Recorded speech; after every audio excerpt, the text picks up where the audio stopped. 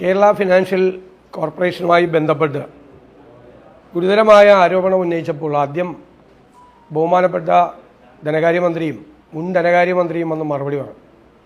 പക്ഷേ അവർ പറഞ്ഞ കാര്യങ്ങൾ അടിസ്ഥാനരഹിതമാണ് എന്ന് ചൂണ്ടിക്കാട്ടി ഞാൻ ആ കാര്യങ്ങൾക്ക് മറുപടി പറഞ്ഞപ്പോൾ അതിനും മറുപടി പറയാൻ ഈ രണ്ട് ധനകാര്യമന്ത്രിമാരെയും കണ്ടില്ല.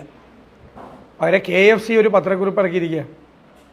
KFCയുടെ പത്രക്കുറിപ്പിൽ പറയുന്ന കാര്യങ്ങൾ തെറ്റായിട്ടുള്ള കാര്യങ്ങളാണ്.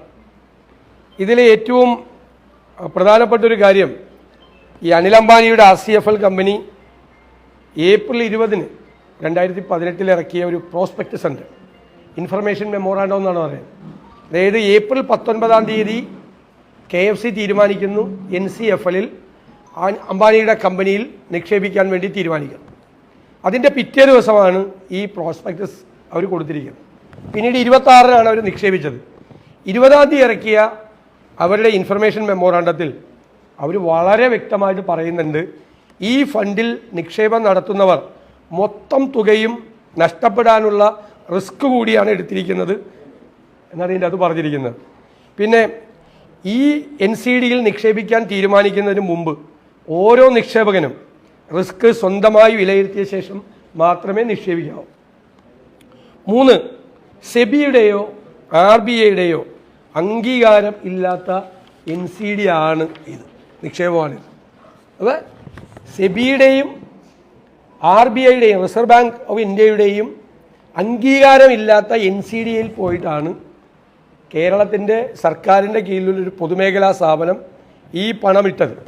മാത്രമല്ല, നേരത്തെ ക്രെഡിറ്റ് റേറ്റിംഗ് ഏജൻസി AA+ എന്ന് പറഞ്ഞല്ലോ, ആ AA+ൻ്റെ ബ്രാക്കറ്റിൽ credit watch with developing implications എന്നുണ്ട് അല്ലേ.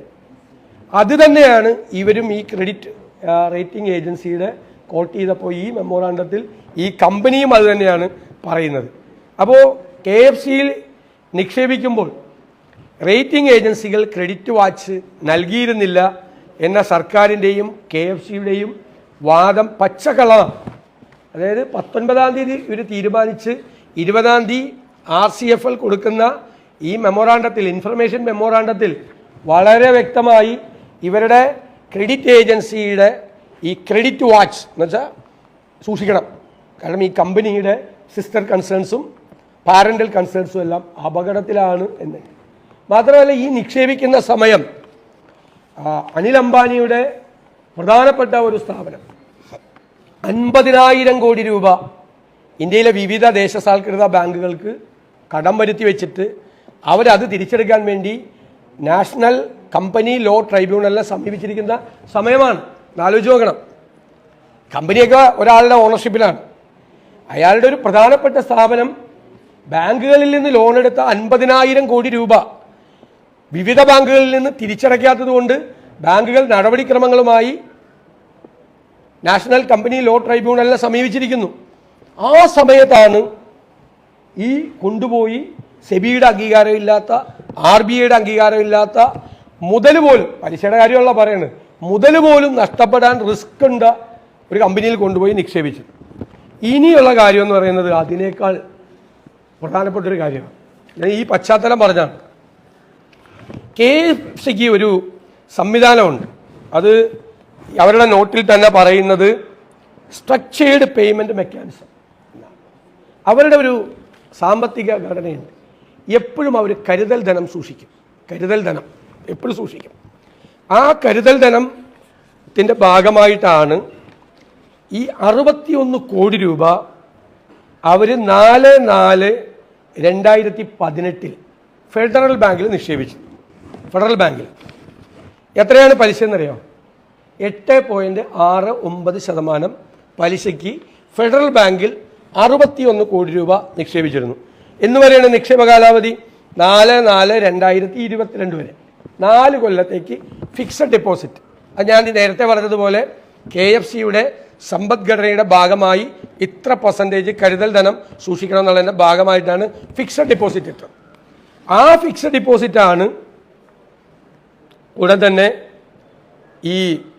ആ വർഷം തന്നെ നേരെ അവിടെ നിന്ന് കാലാവധി തുടങ്ങിയല്ലോ, അവിടെ നിന്ന് ആ പണം എടുത്തിട്ട് എന്താ പറയുന്നത്, ഇവർ പറയുന്നത് 8.90% പലിശ കിട്ടുന്ന ഈ കമ്പനിയിൽ കൊണ്ടുപോയി, ഈ മുങ്ങിക്കൊണ്ടിരിക്കുന്ന കമ്പനിയിൽ കൊണ്ടുപോയി നിക്ഷേപിച്ചു. ഫെഡറൽ ബാങ്കിൽ ഇട്ടിരുന്നു. എത്രയുണ്ട് വ്യത്യാസം? പലിശയ്ക്ക് എത്രയുണ്ട് വ്യത്യാസം? ഫെഡറൽ ബാങ്കിൽ 8.69%, ഇവിടെ 8.9%, അതായത് 0.21% പലിശയാണ്. ഇവിടെ മുതലും സെക്യൂരിറ്റി ഉണ്ട്, മുതലിലും സെക്യൂരിറ്റി ഉണ്ട്, പലിശയ്ക്കും സെക്യൂരിറ്റി ഉണ്ട്. ഫെഡറൽ ബാങ്കിൽ അറിയാമല്ലോ, കാലാവധി പൂർത്തിയാക്കുമ്പോൾ ആ പണം കിട്ടും. എന്നിട്ട് മുതലിനും പലിശയ്ക്കും ഇൻസെക്യൂരിറ്റി ഉള്ള കമ്പനി കൊണ്ടുപോയിട്ട് അത് നിക്ഷേപിച്ചു 0.21% വ്യത്യാസത്തിൽ. 4 കൊല്ലത്തേക്ക് നിക്ഷേപിച്ച ഈ പണം ഫെഡറൽ ബാങ്കിൽ നിന്ന് എന്തിനാണ് ഈ മുങ്ങുന്ന ഈ കമ്പനിയിലേക്ക് മാറ്റിയത്? ചോദ്യത്തിന് ഒരു തരത്തിലുള്ള ഉത്തരവും ഈ ചോദ്യത്തിന് ഇല്ല എന്നുള്ളതാണ് ഏറ്റവും പ്രധാനം. ഇനി ഞാൻ പറഞ്ഞുതരാം. ഇപ്പോൾ 7 വർഷമായല്ലോ. ഈ RCFL നല്ല കമ്പനി ആയിരുന്നുവെങ്കിൽ വേറെ കാര്യം കൂടിയുണ്ട്. 61 കോടി രൂപ അവിടെ നിക്ഷേപിച്ചല്ലോ ഫെഡറൽ ബാങ്കിൽ. അത് കാലാവധി തീരുന്നതിന് മുമ്പ് അത് പിൻവലിച്ചപ്പോൾ തന്നെ 20 ലക്ഷം രൂപ പോയി. അതുകൊണ്ടാണ് RCFL നിക്ഷേപിച്ചപ്പോൾ 60 കോടി 80 ലക്ഷം രൂപയായത്. 20 ലക്ഷം അവിടെ തന്നെ നഷ്ടപ്പെടുത്തി ഈ ട്രാൻസ്ഫർ കൊണ്ട്. ഇനി നിങ്ങൾ അറിയേണ്ട ഒരു കാര്യം, RCFL ഈ പണം കിടന്നിരുന്നു, RCFL ഈ പണം കിടന്നിരുന്നുവെങ്കിൽ അവർ പറയുന്ന പലിശയ്ക്കകം ഇപ്പം നമുക്ക് കിട്ടേണ്ട തുക 110 കോടിയാണ്. അതിലാണ് 7.5 കോടി മാത്രം കിട്ടിയിരിക്കുന്നത്. 110 കോടി, ഏകദേശം 102-103 കോടി രൂപ നമുക്ക് നഷ്ടപ്പെട്ടിട്ടുണ്ട്. ഫെഡറൽ ബാങ്കിലാണ് ഈ പണം കടന്നിരുന്നെങ്കിൽ 109 കോടി രൂപ, 30 ലക്ഷം രൂപ നമുക്ക് കിട്ടുമായിരുന്നു. 1 കോടി രൂപയുടെ വ്യത്യാസമാണ്.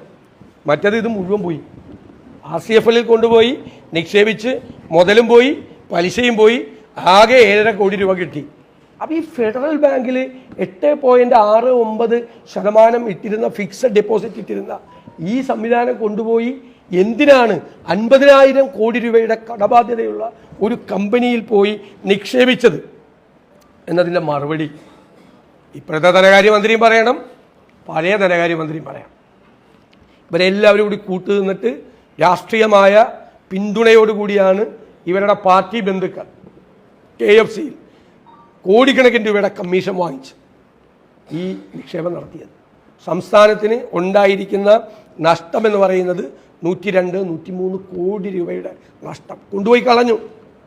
അതായത് ഒരു മനുഷ്യൻ ചെയ്യാത്ത നിക്ഷേപമാണ്, ഒരു തരത്തിൽ ചെയ്യാത്ത, ഒരു സർക്കാരിൻ്റെ കീഴിലുള്ള ഒരു പൊതുമേഖലാ സ്ഥാപനം ഒരു കാരണവശാലും ചെയ്യാൻ പാടില്ല. മാത്രമല്ല KFCയിൽ സ്റ്റേക്ക് ഉണ്ടല്ലോ ഗവൺമെൻറ്റിന്, ഇല്ലേ? സിഡ്ബിക്കുണ്ട്, സ്റ്റേക്ക് ഉണ്ട്. എന്തുകൊണ്ടാണ് ഇത്രയും വലിയ തുക നിക്ഷേപം നടത്താൻ പോകുന്ന സമയത്ത് എന്തുകൊണ്ടാണ് സർക്കാരിൻ്റെ അനുമതി വാങ്ങിക്കായിരുന്നത്? സർക്കാരിൻ്റെ സ്റ്റേക്കില്ലേ? സർക്കാരിൻ്റെ ധനകാര്യ വകുപ്പിൻ്റെ കീഴിലുള്ള പൊതുമേഖലാ സ്ഥാപനം ഇത്രയും കോടി രൂപ കൊണ്ടുപോയി പുറത്തു കൊണ്ടുപോയി നിക്ഷേപിക്കുമ്പോൾ അതിൻ്റെ അനുമതി പോലും മേടിക്കാതെ, ബോർഡ് യോഗം പോലും കൂടാതെയാണ് ഈ തീരുമാനമെടുത്ത് വളരെ വേഗത്തിൽ അതിന് മുമ്പിട്ടിരുന്ന ഈ ബാങ്കിലെ നിക്ഷേപം കൊണ്ടുപോയി അവിടെ ഇട്ടത്. ഇത് നല്ല അഴിമതിയാണ്. ഇതിനെക്കുറിച്ച് അന്വേഷിക്കാൻ സർക്കാർ തയ്യാറാകണം. ഇല്ലെങ്കിൽ ഞങ്ങൾ നിയമപരവും രാഷ്ട്രീയവുമായ നടപടികൾ ഞങ്ങൾ സ്വീകരിക്കും. ബോർഡ് അറിഞ്ഞിട്ടില്ല. ബോർഡ് കൂടിയിട്ടില്ല. ബോർഡ് കൂടുന്നതിന് മുമ്പ് ഈ നിക്ഷേപത്തിനുള്ള തീരുമാനമായി. ഞാനത് കഴിഞ്ഞ ദിവസം ബോർഡ് കൂടിയതിൻ്റെ ഡേറ്റ് പറഞ്ഞു. ബോർഡ് കൂടിയതിൻ്റെ ഡേറ്റിന് വളരെ മുമ്പ് തന്നെ, ബോർഡ് കൂടുന്നതിന് മുമ്പ് തന്നെ ഈ തീരുമാനമെടുത്ത് ഈ പണം നിക്ഷേപിച്ചു.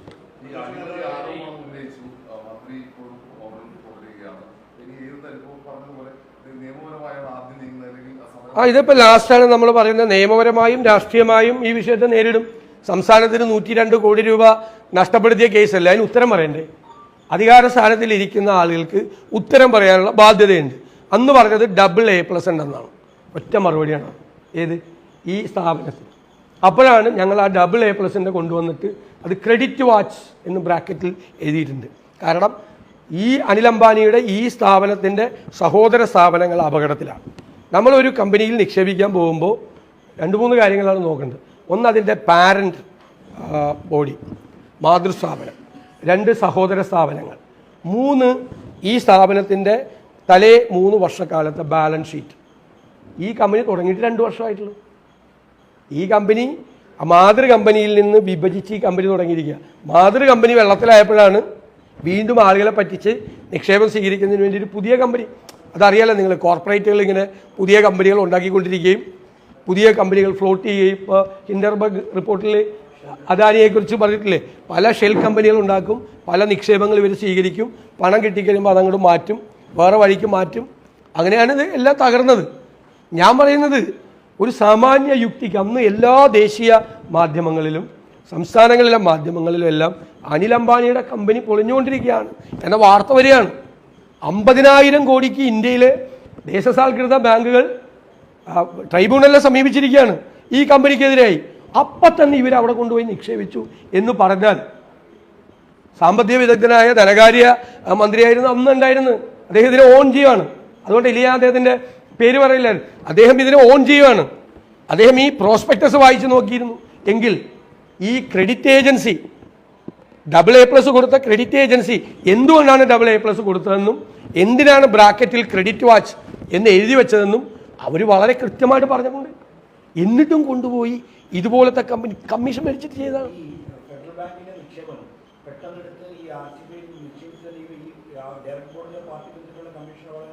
ആണ് ഉറപ്പായിട്ടും. ഡയറക്ടർ ബോർഡിലല്ല, അവിടെയുള്ള ചില ആളുകളുണ്ട്, പാർട്ടി ബന്ധുക്കളായിട്ടുള്ള ആളുകൾ ആ സ്ഥാപനത്തിലുണ്ട്. അവർക്ക് നേരിട്ടാണ് പാർട്ടിയായിട്ട് ബന്ധം, മനസ്സിലായില്ലേ? അപ്പോൾ എന്തായാലും ശ്രീ തോമസ് ഐസക് ഇതിനെ ഓൺ ചെയ്തുകൊണ്ട് അദ്ദേഹത്തിൻ്റെ കൂടി അറിവോടുകൂടിയാണ് നടന്നിരിക്കുന്നത്. അദ്ദേഹത്തിനെ പോലുള്ള ഒരാൾ ഞങ്ങൾ നിങ്ങൾക്ക് അയച്ചു തന്നല്ല, ക്രെഡിറ്റ് ഏജൻസി പറഞ്ഞിരിക്കുന്ന അതിൻ്റെ അകത്ത് എന്തുകൊണ്ടാണ് AA+ കൊടുത്തിരിക്കുന്നതെന്നും എന്തുകൊണ്ടാണ് ഈ കമ്പനിയെ ശ്രദ്ധിക്കണം എന്ന് റേറ്റിംഗ് ഏജൻസി പറഞ്ഞിരിക്കുക. അത് തന്നെയാണ് ഈ മെമ്മോറാണ്ടത്തിൽ പറഞ്ഞിരിക്കുന്നത്. സെബിയുടെ അംഗീകാരമില്ലാത്ത, RBIയുടെ അംഗീകാരമില്ലാത്ത ഒരു 2 കൊല്ലമായി തുടങ്ങിയ ഒരു കമ്പനി, 3 കൊല്ലത്തെ ബാലൻസ് ഷീറ്റ് വേണമെന്നാണ്, 2 കൊല്ലമായിട്ടുള്ള തുടങ്ങിയിട്ടുള്ള കമ്പനിയിൽ ആ കമ്പനി തന്നെ ഇന്ത്യയിൽ എത്ര കമ്പനിയുണ്ട് നന്നായി പോകുന്നു, വലിയ ലാഭത്തിൽ പോകുന്നു, അവിടെ എന്നും കൊണ്ടുപോയി നിക്ഷേപിക്കാതെ ബാങ്കിൽ കിടത്തിരിക്കുന്ന ഈ പൈസ എടുത്ത് നിങ്ങളൊന്ന് ആലോചിച്ചു. ബാങ്കിലിട്ട് ഫിക്സഡ് ഡിപ്പോസിറ്റ് അന്ന് അവർ 15% പലിശ കിട്ടുമെന്ന്, 0.2% വ്യത്യാസം പലിശ.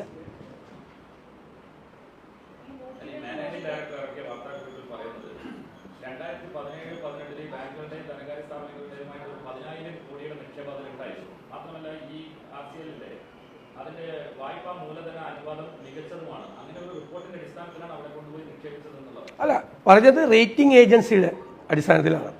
റേറ്റിംഗ് ഏജൻസിയുടെ റിപ്പോർട്ട് ഞാൻ കഴിഞ്ഞ പ്രാവശ്യം നിങ്ങൾക്ക് തന്നു. റേറ്റിംഗ് ഏജൻസി തുടങ്ങിയ കമ്പനിക്ക് നിങ്ങൾ മനസ്സിലാക്കണം, മാതൃ കമ്പനി പൊളിയാണ് RCL. അല്ലല്ല 2018 അവർ കോടതിയിൽ പോയി കഴിഞ്ഞ് NCL പൈസ കിട്ടാനുള്ള, റിലയൻസ് കമ്മ്യൂണിക്കേഷൻ്റെ പൈസ കിട്ടാനുള്ള ആളുകൾ കോടതിയിൽ പോയി കഴിഞ്ഞ് അത് 2019 ജനുവരി തന്നെ അവരുടെ വിധിയും വന്നു. നേരത്തെ തന്നെ NCL പോയി കഴിഞ്ഞു. നിങ്ങൾ എടുത്തു നോക്കിക്കോ, മുഴുവൻ രേഖകൾ ഞാൻ വേണമെങ്കിൽ തരാം, മുഴുവൻ രേഖകളും. ആ സമയത്ത് കമ്പനി പൊളിഞ്ഞു തുടങ്ങി. മാത്രമല്ല ഇവർ ക്രെഡിറ്റ് വാച്ച് എന്ന് പറയാൻ ഈ ക്രെഡിറ്റ് ഏജൻസി, താങ്കൾ ചോദിച്ച ചോദ്യം കറക്റ്റാണ്. അതിൻ്റെ അടിയിൽ അവർ എഴുതിയിരിക്കുന്നത് എന്തുകൊണ്ടാണ്, ഇവരെ AA+ കൊടുത്തിട്ടുണ്ട്. അത് ഇൻഡിപെൻഡൻറ്റ് കമ്പനിയാണ്, ഇൻഡിപെൻഡൻറ്റ് സ്റ്റാറ്റസ് നോക്കിയിട്ടാണ് AA+ തുടങ്ങിയത്. അപ്പോൾ തുടങ്ങിയല്ലോ കമ്പനി 2 കൊല്ലമായിട്ട്. അപ്പോൾ അതിന് വേറെ ബാധ്യതയില്ല. പക്ഷേ എന്തുകൊണ്ടാണ് ക്രെഡിറ്റ് വാച്ച് എന്ന് ക്രെഡിറ്റ് ഏജൻസി പറഞ്ഞത്? അവരുടെ മാതൃ കമ്പനി അപകടത്തിലാണ്, സഹോദര കമ്പനി അപകടത്തിലാണ്. അപ്പോൾ താങ്കൾ പറഞ്ഞത് തെറ്റാണ്. കാരണം ഈ ക്രെഡിറ്റ് ഏജൻസിയുടെ റിപ്പോർട്ടിൽ, സർക്കാർ ക്രെഡിറ്റ് ഏജൻസിയുടെ റിപ്പോർട്ട് വാങ്ങിച്ചിട്ടാണ് നിക്ഷേപിച്ചതെന്ന് പറഞ്ഞത്. ക്രെഡിറ്റ് ഏജൻസിയുടെ റിപ്പോർട്ടിൽ റിലയൻസ് കമ്മ്യൂണിക്കേഷൻ തകരുകയാണ് എന്നുള്ള റിപ്പോർട്ടുണ്ട്.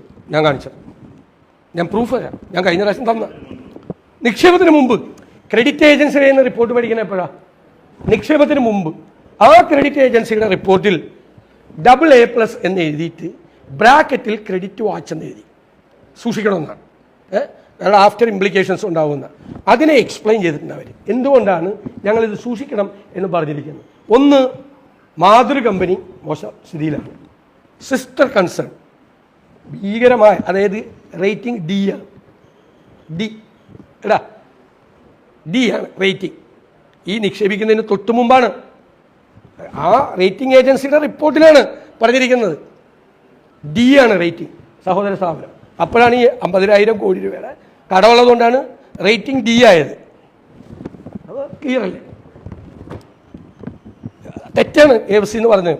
2018 ഈ സ്ഥാപനങ്ങൾ സഹോദര സ്ഥാപനങ്ങൾ തകർന്നിട്ടില്ല എന്ന് പറയുന്നത് തെറ്റാണ്. സഹോദര സ്ഥാപനങ്ങൾ തകർന്നു തുടങ്ങി എന്ന് ക്രെഡിറ്റ് ഏജൻസി തന്നെ ഇവർക്ക് കൊടുത്ത റിപ്പോർട്ടിൽ പറഞ്ഞിട്ടുണ്ട്. ഞാൻ നിങ്ങൾക്ക് കോപ്പി അയച്ചു തന്നിട്ടുണ്ട്. ഇനിയും ക്രെഡിറ്റ് റിപ്പോർട്ടിൻ്റെ ഏജൻസി അയച്ചു തരാം. നിങ്ങൾ അതിൽ നോക്കിക്കോ. അതിൽ എഴുതിയിട്ടുണ്ട് D ആണെന്ന്. റേറ്റിംഗ് D ആയിപ്പോയി. Reliance communication. ഞാൻ വീണ്ടും ചെക്ക് ചെയ്തപ്പോൾ ആണ് 50,000 കോടി രൂപയുടെ ബാധ്യതയാണ് അവർക്കുള്ളത്. 50,000 കോടി രൂപ 50,000 കോടി അവിടെ കൊണ്ടുപോയിട്ടാണ് ഈ ഫെഡറൽ ബാങ്കിൽ നിന്ന് ഈ കാശെടുത്തിട്ട് ആ കമ്പനിയിൽ കൊണ്ടുപോയി പൈസ ഇടുന്നത്. ഭയങ്കര മാത്രമല്ല, പിന്നെ കരുതൽ ധനമായി സൂക്ഷിക്കണം എന്നുള്ള അവിടുത്തെ സമ്പദ്ഘടനയെ ആ പ്രിൻസിപ്പലിനെ ലംഘിച്ചുകൊണ്ടാണ് ചെയ്തിരിക്കുന്നത്. കരുതൽ ധനം അല്ലല്ലോ ഇത്. കരുതൽ ധനം സൂക്ഷിക്കേണ്ട എവിടെയാ? ഫിക്സഡ് ഡെപ്പോസിറ്റാണ്. ഇതുകൊണ്ട് മാർക്കറ്റിൽ കൊണ്ടുപോയിട്ട ചിലപ്പോൾ മുതലും പോവും പലിശയും പോകാനുള്ള റിസ്ക് ഉള്ള സാധനത്തിൽ കൊണ്ട് കരുതൽ ധനം എങ്ങനെ നിക്ഷേപിക്കുന്നത്? ഞാൻ ആദ്യം പറഞ്ഞു KFCയുടെ ഉള്ള പാർട്ടിയുടെ ബന്ധുക്കളാണ് ഇതിൻ്റെ ഇടനിലക്ക. CPMൻ്റെ പാർട്ടി ബന്ധുക്കളാണ് ഇതിൻ്റെ ഇടനിലക്ക. നമ്മുടെ സാമാന്യ യുക്തി വെച്ച് നിങ്ങൾ ചോദിക്കും, ആരെങ്കിലും ഇടുമോ? ഒരു വ്യക്തി ഇടുമോ? ഒരു സ്ഥാപനം ഇടുമോ? ഇങ്ങനെ കൊണ്ടുപോയി ഇടുമോ? ഫിക്സഡിൽ കിടക്കുന്ന സാധനം കൊണ്ടുപോയിട്ട് അവിടെ ഇത് വലുതാവൂലല്ലോ. ഷെയർ പോലെ അല്ലല്ലോ, ഡിബഞ്ചറല്ലേ, ഈ പലിശ കിട്ടുള്ളൂ. അപ്പോൾ ഷെയർ വാല്യൂ ഇപ്പോൾ നമുക്ക് വേണമെങ്കിൽ റിസ്ക് എടുക്കാം. 100 രൂപയുടെ ഷെയർ നമ്മൾ 100 രൂപയ്ക്ക് എടുത്തു, ഇവർ അടിച്ചു കയറി ഒരു 1500 രൂപയുടെ ഷെയർ 15 ഇരട്ടി ആയി. അപ്പോൾ നമ്മുടെ വാല്യൂ കൂടും. NCDയിൽ ഇത് വലുതാവില്ല. എപ്പോൾ ഇട്ടാലും ഈ പലിശ കിട്ടുള്ളൂ. ഈ 0.21% പലിശയുടെ വ്യത്യാസത്തിന് വേണ്ടി ബാങ്കിൽ കിടക്കുന്ന ഡെപ്പോസിറ്റാണ് അങ്ങോട്ട് കൊണ്ടിട്ട്, അല്ലാതെ ഷെയർ അല്ല.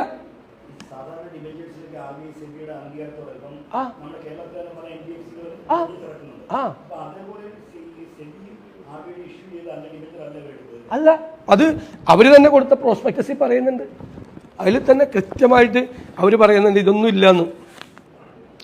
The debentures have not been recommended or approved by the Securities and Exchange Board of India, nor does SEBI guarantee the accuracy or adequacy of this document. SEBI ഇതിൻ്റെ ഒരു കൃത്യതയെക്കുറിച്ചും ഒന്നും പറയുന്നില്ല. അവരുടെ അംഗീകാരമില്ല, RBIയുടെ അംഗീകാരമില്ല. ഇതിൽ കൊണ്ടുപോയിട്ടാണ് ഈ സാധനം ചെയ്തിരിക്കുന്നത്. റിസ്ക്കാണ്. ആ റിസ്ക് ഉള്ളതിൽ കൊണ്ട് ബാങ്കിൽ കിടക്കുന്ന പൈസ ഒരു ലാഭവും ഇല്ല. ഞാൻ പറഞ്ഞില്ല, ഷെയറാണ് കൊണ്ടുപോയിട്ടിട്ട് ഷെയർ വലുതാവും എന്നുള്ള പ്രതീക്ഷ ആണെങ്കിൽ പിന്നെ നമുക്ക് മനസ്സിലാക്കാം ഇത് ഈ പലിശയ്ക്ക് വേണ്ടി മാത്രം ഈ ബാങ്കിൽ കിടന്നിരുന്ന പൈസ കൊണ്ട് ഇടുവാണ്. ഇനി ശരിയായിട്ട് നടന്നാൽ പോലും 7 കൊല്ലം കഴിഞ്ഞാൽ, ഇപ്പോൾ 7 കൊല്ലം കഴിഞ്ഞപ്പോൾ 1 കോടി രൂപയുടെ വ്യത്യാസം ഉണ്ടാവുള്ളൂ. 110 കോടി രൂപ അവിടെ കിട്ടുമായിരുന്നു, ഇവിടെ 109 കോടിയെ ഫെഡറൽ ബാങ്ക് കിട്ടുള്ളൂ. പക്ഷെ ഇവിടുത്തെ മുതലും പലിശ ഉറപ്പാണ് അല്ലേ? നാഷണലൈസ്ഡ് ബാങ്കല്ലേ, മുതലും പലിശ ഉറപ്പാണ്.